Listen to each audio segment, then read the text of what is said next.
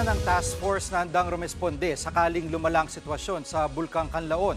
Lalo't libo-libong residente ang ayaw umalis ng kanilang bahay kahit nasa loob sila ng danger zone.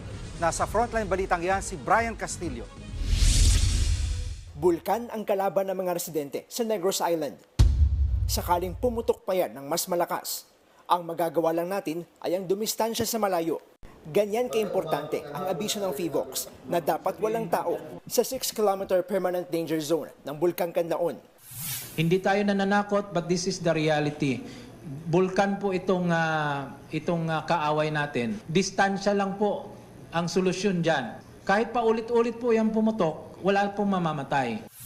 Ang problema, kahit nag-utos na ng forced evacuation, meron pa rin mga residenteng nagmamatigas umalis sa kanilang mga bahay. Katunayan, ayon sa Office of Civil Defense, sa 84,000 na residenteng nasa danger zone, 39,000 lang o wala pang kalahati ang lumikas. Patuloy ang OCD sa pakikipag-usap sa mga residente para manatili muna sa evacuation center. Lalo't hanggang ngayon, hindi pa rin kumakalma ang Kanlaon. Patuloy ang aktibidad sa loob ng bulkan. Senyales niya na ang mga volcanic earthquake at ang ibinubuga pa rin itong asupre. May magma na umaakyat or binabasag yung mga bato. So again, it's too early to tell kung uptrend ba to.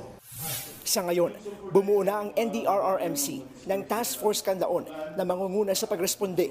Pati ang naval assets ng militar, tumulong na rin sa paghahatid ng relief packs at ng iba pang tulong sa mga ayaw pa ring umalis ng kanilang bahay. Nagbabalita mula sa frontline, Brian Castillo, News 5. Mga kapatid, Jiggy Manikad po, iba na ang may alam at may pakialam sa panahon ngayon.